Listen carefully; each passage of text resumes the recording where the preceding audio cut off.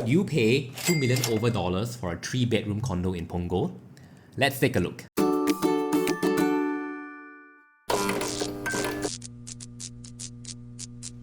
Hello friends, welcome back to the channel.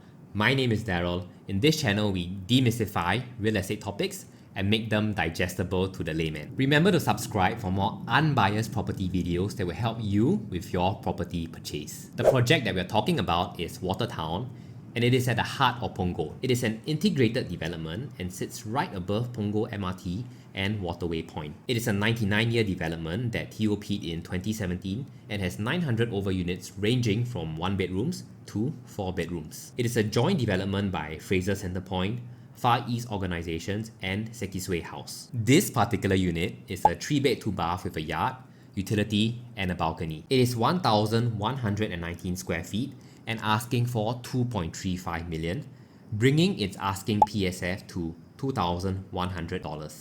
In order to determine whether this unit is worth buying or not, let's look at the things that I like and I don't like using the DF scale. I like to keep things as simple as possible, so this is a pretty simple scale. On one extreme end are the things I really like about it. On the other extreme end are the things I absolutely dislike about it. In the middle, it's everything in between. Let's talk about what I like first and work our way backwards. The first thing that I really like is the amenities. Watertown is just above the Waterway Point Mall, which is managed by Fraser Centrepoint, and it is the mall in PUNGGOL. It has plenty of food options and it can be counted as a full mall as it even has a cinema. The second thing that I really like is the view.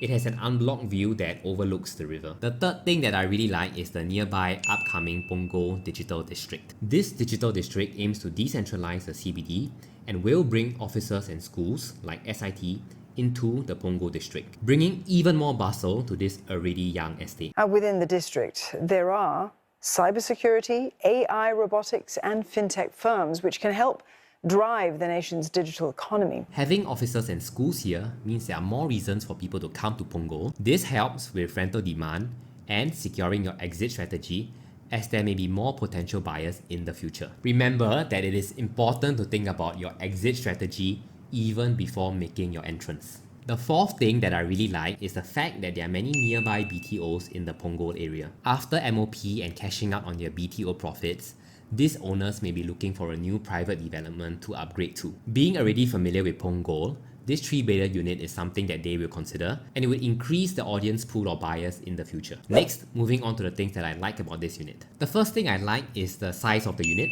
Standing at 1,119 square feet, I personally think that it is just the right size for a 3-bedder with a utility room. The second thing that I like is the number of units in the project. At 992 units, Watertown has a sufficient number of units required for the transaction volume to take place. In a healthy project, with every sale, typically the price moves up by a little bit. It is these multiple small movements that help you to see a larger appreciation in price. It is typically not one single large transaction that causes a big jump in the project's price. The third thing I like about it is its location. It is very conveniently located just above PUNGGOL MRT, but I did not classify this as something that I really like because PUNGGOL is almost at the end of the northeast line and takes about 30 minutes to get to town. It is not that bad, but it's not extremely good either. The other downside about the location is the fact that PUNGGOL sits at the northeast corner of the island. That means that by car, the only real way to get to PUNGGOL is via the TPE,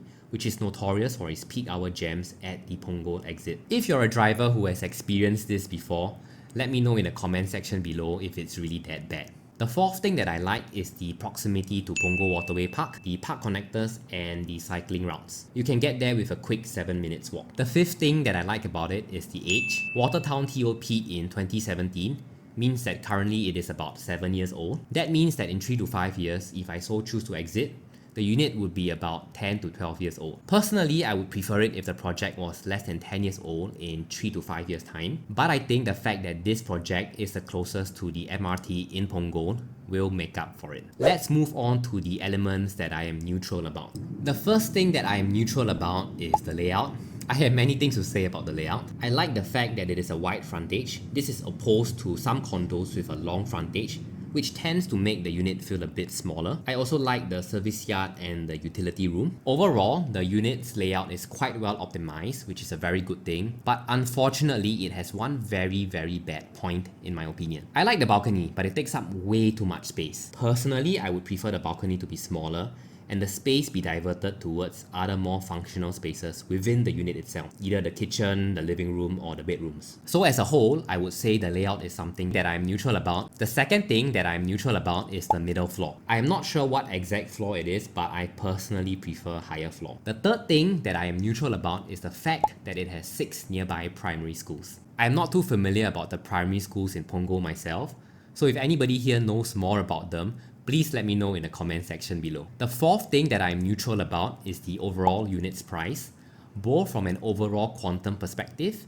and as well from a PSF perspective. When we look at prices, it's always important to benchmark. So let's do some benchmarking now. Looking at the last transacted prices and not the asking prices, the larger 3-bedders in Watertown is roughly transacting around $2 million and about $1,800 per square feet. Let's do a benchmark in two fronts. The first front is projects that are in Punggol itself, and the second front will be projects that are near the MRT within the northeast of Singapore. Within Punggol, a treasure trove is transacting around $1.8 million and around 1.5k per square feet, while Privé is about $1.5 million and about 1,600 per square feet. Just a note that both of these are not connected directly to the mall and the MRT station, unlike Watertown. Down the northeast line by one stop, we have Sengkang MRT station. Campus Heights, the OG integrated project, is transacting around $1.6 million and about 1.2k per square feet. The developer for Campus Heights is actually the same developer as Watertown. But bear in mind that Campus Heights is much older and TOP'd in 2003. Besides Campus Heights, in Sengkang we have La Fiesta and The Luxury. La Fiesta's 3-bed 3-baths are transacting around $1.6 million and around 1.5k per square feet. The Luxury is about the same pricing too. Down one more stop we have Buangkok MRT and Sengkang Grand Residences, a much newer project which TOP'd in 2023. Sengkang Grand is transacting around $1.8 million and around 1.8k per square feet. Down again to Kovan, we have Kovan Residences, which has its 3-bedders transacting for about $2.2 million and about 1.7k per square feet. So there is definitely a bit of a premium to be paid for Watertown, about $100 per square feet I would say. But I can attribute this to the fact that it is a fully integrated project, the size of Waterway Point, and the relatively new age of the project. Let's move on to some of the things I dislike about the unit. The first thing I dislike is the crowd at Waterway Point. While the variety of the shops there is really great, the sheer crowd is something that I do not like. The second thing that I dislike is the plane noise coming from Paya Lebar Air Base. This can get quite loud and annoying. The third thing that I dislike is the monthly installment to rental ratio. When purchasing a condo, I think that it is important to look at the amount of monthly installment that you need to pay versus the amount of rental that the unit can potentially fetch.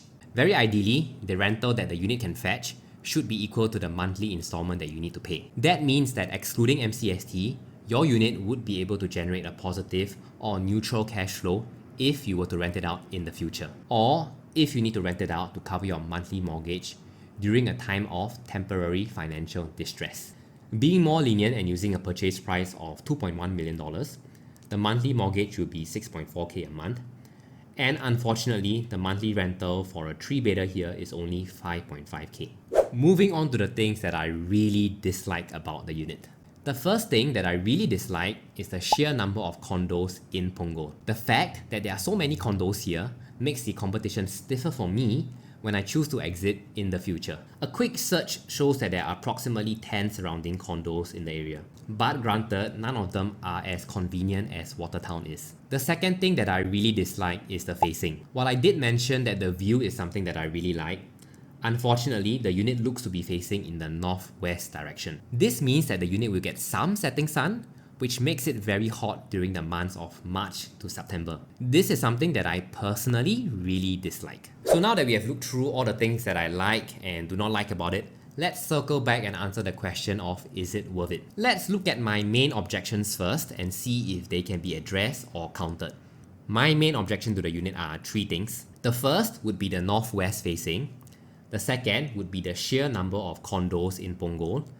And the third would be the fact that the monthly rental is not able to cover the monthly installment. But every unit would have its bad points for sure. We need to see if they can be made up for with the good points. Overall, I think this can be made up by the fact that Watertown has a very healthy growth potential due to its age, the fact that PUNGGOL will experience many BTOs that will MOP soon, and the fact that there is still much ongoing investment into the PUNGGOL area. Furthermore, there are not many full integrated projects in Singapore like Watertown. Within PUNGGOL, it is also the only condo that is directly connected to the mall and the MRT. So I feel that it will always remain the top choice in PUNGGOL, so to speak, which helps it to secure its unique selling point. In terms of red flags, the only two that I can point out is its northwest facing and its relatively inefficient layout due to the very large balcony. If you want to know more about the other red flags that you should look out for when buying a condo, you can check out my video up here as well. What I just said about the strength of the unit only holds true if we enter at the right price. Remember that there are only two things that the buyer can control: which unit that they enter into and the entry price. So what we talked about earlier is only whether the unit passes the litmus test. We also need to look at the unit vis-a-vis the entry price. The right unit at the wrong price is still the wrong buy. Looking at the past transactions, the asking price of 2.35 million is something that I would not be willing to pay for it. I think that if the unit can be secured for about 2.1 to 2.2 million, then it would definitely be something worth considering. But of course, this is just me. Buying a unit is a very personal choice, so I want to know as well what you think about it. Is this unit something that you would consider? And what price do you think is justified? Let me know in the comment section below. If you want to look at a similar style of review for a $1 million HDB in Sengkang, or you want to know what other red flags that you need to look out for when buying a 2-bedder condos, check out my videos here. Otherwise, I'll see you in the next video. Don't forget to like and subscribe.